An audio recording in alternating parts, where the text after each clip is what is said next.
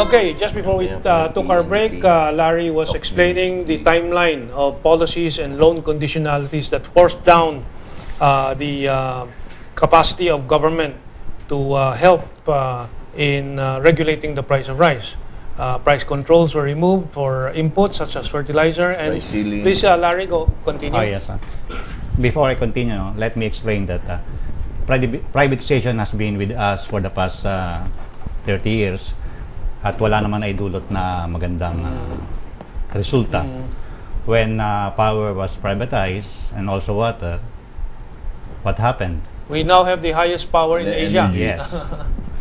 So, let me, if I can continue. You are on the third part, third stage. In 1985,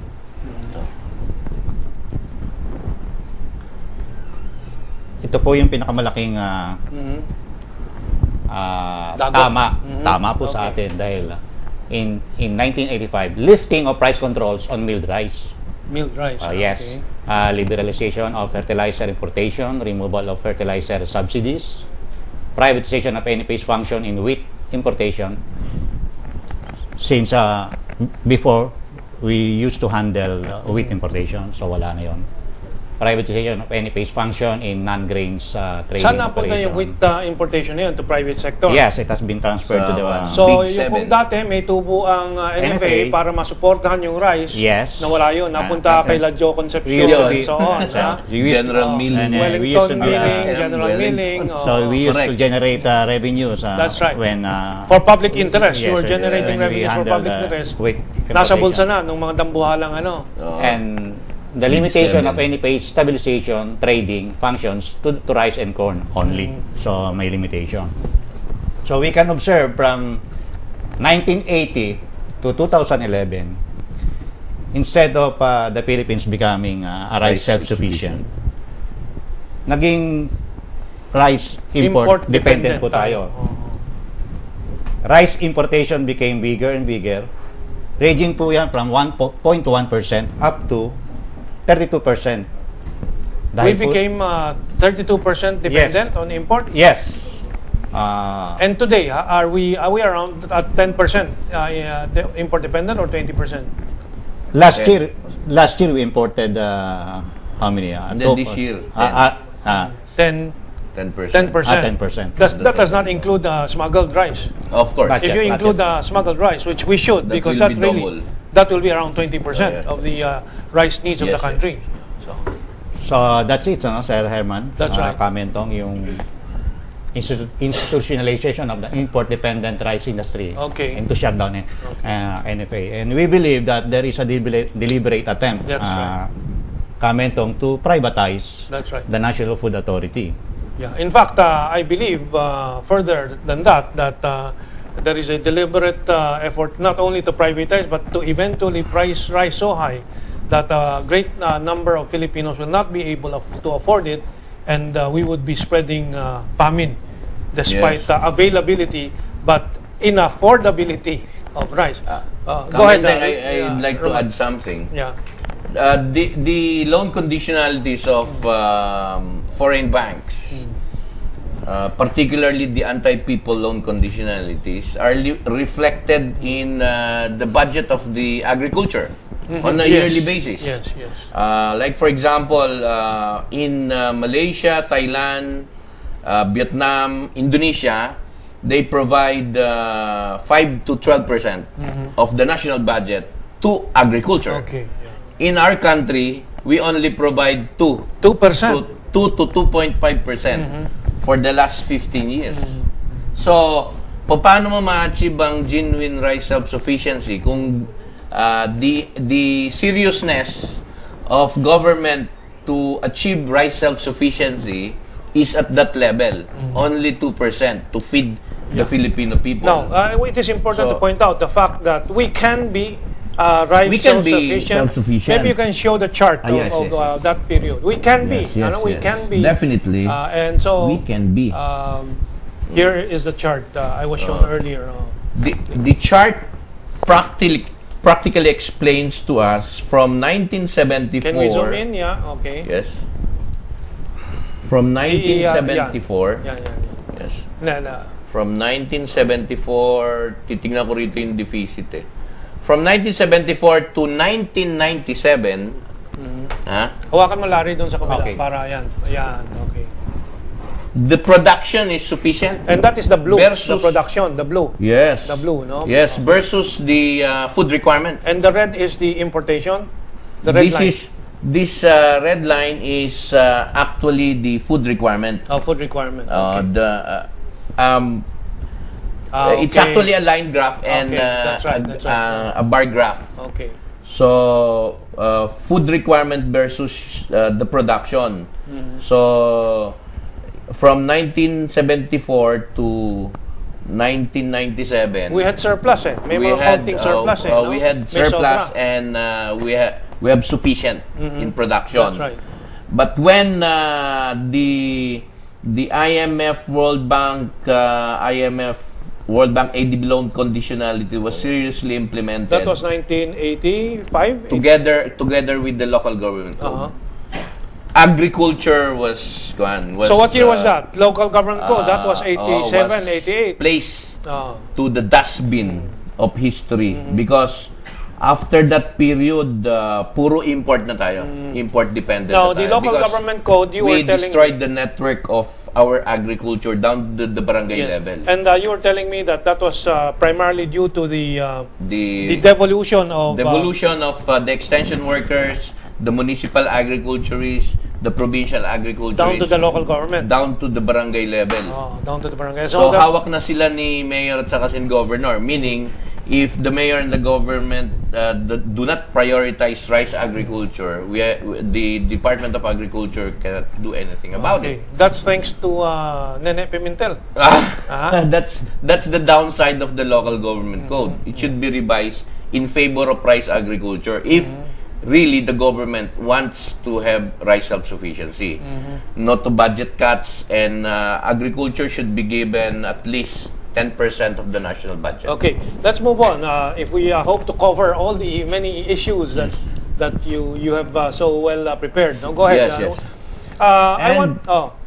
And right now, Okay. what they would like to do Larry, can you to hold the other NFA side? No, is yan, hawakan mo yan. to abolish it Yeah. through decoupling and privatization. Okay. Let me explain this. Okay, go ahead. The priority bill of the Aquino administration through LEDAC is House Bill 4284, sponsored by Speaker Belmonte and Congressman Neptali Gonzales. Now, the NFA would be cut into half. The regulatory powers will be given to a newly created agency which is called the Food Development Regulatory Administration. The proprietary function, the trading function, will be turned over to the National Food Corporation. Now, meron bang yan? Meron ba social function yan? Masasabi ko, wala. These are Social private? functions will be gradually removed because, let me explain. The National Food Corporation will buy palay from the farmers if the Department of Agriculture will say so and will provide funds to the National Food Corporation. Same is true. The Food Development Regulatory Administration will tell NFC to build up its buffer stock if the FDRA to be created will provide funds for the National Food Corporation to build up its buffer stock for food security. And DSWD will tell the National Food Corporation to distribute subsidized rice to the poor families and poor household if DSWD will provide funds to the National Food Corporation. In the same manner, price stabilization will be done by the National Food Corporation only when the Department of Agriculture will say this or will provide funds to the National Food Corporation, meaning the National Food Corporation, the future NFA, if this will be passed into law, will just be dependent or will exist with conditional buffer stocking and state intervention. So, it will just function as NFA if the FDRA, the DA, and the DSWD will say so. So it won't have funds of its own, so because it will get from the SWD, Yes. the other... It will be run as a private entity. And it's a private na siya. proprietary body, and it's very convoluted. So halos Yes. paralisado yung NFC. At saka, Juan, tawag dito, red tape. Okay. Red tape. Before it helps the farmers, papaalam muna siya rito, papaalam muna siya rito, papaalam muna siya rito. So it is ineffective. Tapos it is costly. It is bureaucratic. Now we It have will add on to. it to the red tape. I want to squeeze everything into this short time that we have, no? And I might be jumping to an issue, but it's important unless you have something urgent to bring up, no? They say that the past administration has been very sinful in its management of the food situation. But you were showing me a chart. You want to discuss this first, or that chart where you have the faces of those Okay. your rogues gallery? Kasi Okay. importante kasi this has to be personified para maintindihan ng mga tao. Okay. May mga taong gumagalaw diyan na nakakasira sa buong programa natin. Go ahead. So, I would like to refer to the first State of the Nation address of the President. Particularly the one he mentioned about the National Food That's Authority. right. Galit na For galit siya example, doon sa the NFA, hindi ba? The issue on over-importation. Over-importation. Dapat nga naman mapurusahan yung may kasalanan ito. And huge Diba? debt. Overpricing, huge debt, saka meron pang rotting rice. Rotting Di ba? rice. We are swimming in Okay, rice. so first we have to address yung over-importation, overpricing, at saka huge debt. Rank and file employees, even directors of NFA, even deputy administrators do not decide on these matters because this is a policy matter, and therefore the decision maker in this particular aspect are members of the Interagency Committee on Rice and the NFA Council before it will be approved by the Office of the President. Now, we wonder why when the President say during the State of the Nation address, in 2004, according to the President, 117,000 metric tons was the shortage in the supply of rice in the Philippines. What they bought were 900,000 metric tons, etc. So it is over-importation according to the President, di ba? Sino naman ang member ng council during that time, di ba? So, lumalabas, during that time, the financial expert in the NFA Council, one of which is Secretary Purisima, who happens to be the Finance Secretary of President Aquino right now. However, we wonder why, mag-iisang taon na, bakit wala pang iniimbestigahan na member ng Council? In fact, they are 5 financial expert in the Council. Aside from Secretary Purisima, yung governor ng Central Bank of the Philippines, At the time, Titangco. di ba? Yung presidente ng Land Bank, si President Pico, yung president ng DBP, yung president ng PNB, mga financial expert yan. Kung baon sa utang, if NFA sunk with these bad debts, how come we have financial experts who are not functioning? Mukhang mas interesado pang bumabaon sa utang ng Sabi NFA. dito, Tapos, anong bakit? sinabi ni Secretary Purisima? Gross mismanagement. After the SONA, ito ang comment ni Secretary Purisima. Sabi niya, this gross mismanagement had seen that debt balloon to more than 170 billion pesos this year. Kasama siya doon. Kasama naman siya na decide, di ba? Kaya siguro hindi maimbestigahan. Okay. Di ba? So, dapat maimbestigahan kung sino yung Secretary of Agriculture during the time, sino yung administrator ng NFA, sino yung member ng... meron pang member ang council ng Office of the President eh. Tapos, sino yung chairman ng DBP, presidente ng Land Bank, tapos yung sino pa to? Yung presidente ng DTI, governor ng BSP. Okay. Aside from those who decided to import dun sa members ng Interagency Committee, that includes NEDA, ha? Take note, that includes NEDA. So, as of now, wala pa kaming nakitang investigation regarding the matter. The one that is being mentioned by our administrator na systems audit, one lang yon, from within lang yon. Okay. That it does not include the decision makers who decided on the alleged over-importation, overpricing, at saka huge debt. Tapos, doon naman sa binanggit niyang some of these stocks are rotting, doon sa pinakita sa mga TV during that time, last year, I think that was August, yun yung nabulok ng undoy. It is not actually because of old stock or what. Because during the flooding of Undoy sa Valenzuela hanggang dibdib. So actually 3 layers of pile was damaged, but that was paid by GSIS at ang media Dahil noon may insurance kayo. ang media noon nakunan yung hindi pa wini-withdraw nung winning bidder. Kasi bayad na 'yan eh.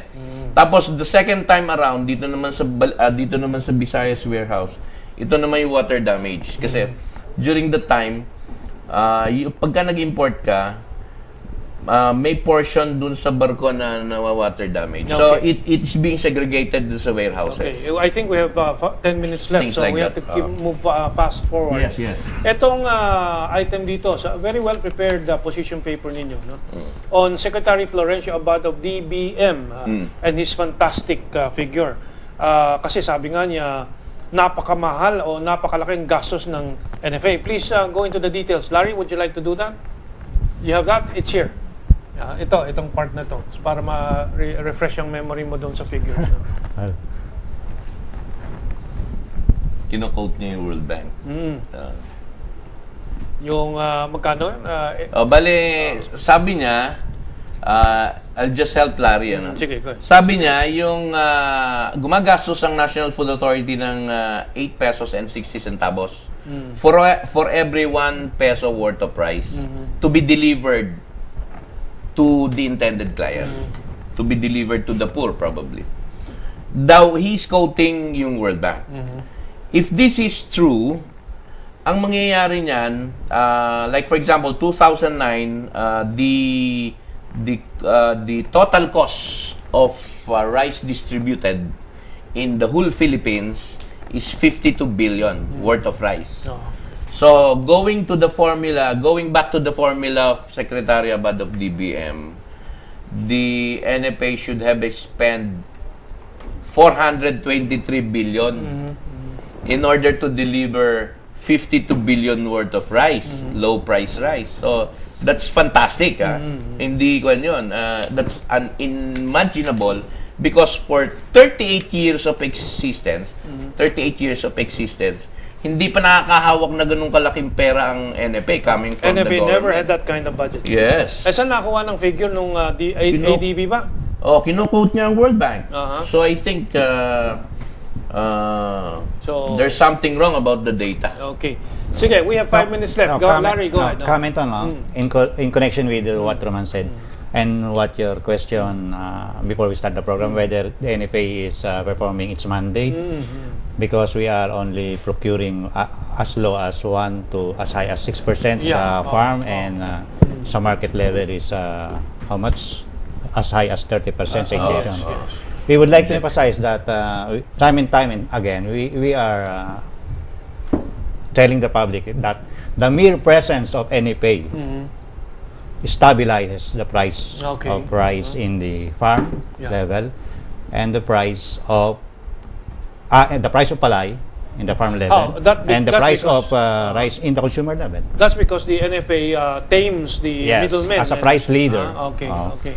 So if the traders believe or feel that there is no more the low stock inventory of NFA. Before we forget, does Marlene have anything to add? We got so engrossed with all the data and statistics. Marlene, anong masasabi mo? Yes, thank you, sir. As representative of the women's group, the rank and file employees of our union, we strongly oppose the privatization of our agency, the National Food Authority, because that would mean hunger and inadequate supply of food that we will serve to our children. And as a mother, we are the economic managers in our household, and we are. It is hard for us to budget the meager income that we have, and we will be saddened if we will serve our children inadequate food in the kitchen. Okay. Now, I think we have 2 minutes left, so we have to start summarizing. Ihabol mo na yung kailangan ihabol. Habol ko lang to, Kamentong. Itong graph na to represents yung correlation ng rice prices at saka oil prices. So, gusto ko lang tingnan yung from 1992 monthly to Kung dito mo titignan, i-correlate ko yung nangyari, yung event nung 2008. Di ba? Ito yung oil, yung nasa taas. Ito yung presyo ng rice. Ito yung NFA rice during the time. Remember na during the time, sufficient ang NFA sa buffer stock. So there are two things. Una, nag-fail yung private sector to bring in, di ba na-privatize na yung rice importation? Okay. The private sector failed to bring in the 753,000 metric tons na commitment nila. So, medyo price spikes. Pero ang injection dito ng NFA, umabot ng 30 to 35% market participation. Pero dahil ang price surge ng oil, particularly yung diesel, oil products, diesel, gasoline, at saka kerosene, ganyan, talaga hinatak niyang mabuti. Ibig sabihin nun, umabot kami ng 4 months bago namin na-tame yung kung wala price, yung NFA dyan, kung walang state intervention, sasabay yan. Sumabayan doon. Sasabay yan. Ngayon, ito ang danger. Kaya tama yung nabanggit dun sa Jaryo kanina. Ang price behavior nang nangyari after 2008, mula 2009, 2010, ngayon 2011, may pattern siya katulad nung nangyari noong 2007, 2008, di ba? So, mukhang parehas kami yung nasa isip nung nagbalita Last sa minute, Inquirer. Larry Thank you, Yes. thank you, Kamentong. Before we end, I would like to announce something about our scheduled protest action, not only against privatization of NFA, its abolition and decoupling of its proprietary from its regulatory function. On February 14, meron pong metro-wide. I'm sorry. April 14. Magkakaroon po ng metro-wide noise barrage.